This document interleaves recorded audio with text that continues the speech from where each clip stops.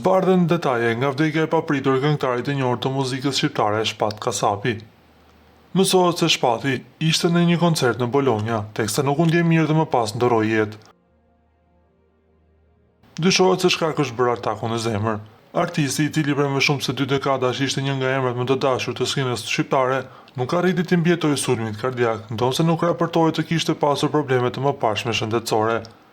Shpat Kasapi, i lindur më 1 maj 1985 në Tetov, u rrit në një familje me origjinë librane dhe me traditë muzikore, që në fillimet e viteve 2000 ai u bë pjesë e skenës muzikore shqiptare, duke fituar popularitet të madh në stilin e tij modern dhe performancat energjike.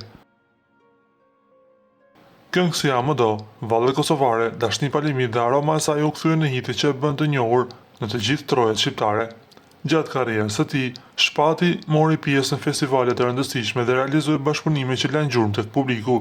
Ai vazhdoi të ishte aktiv dhe i pranishëm në muzikë, duke ruajtur popularitetin edhe vitet e fundit. Na duhet të rikujtojmë se Shpat Kasapi para disa muajsh bëri me dije divorcin e tij me ish bashorten Selvie Jaho.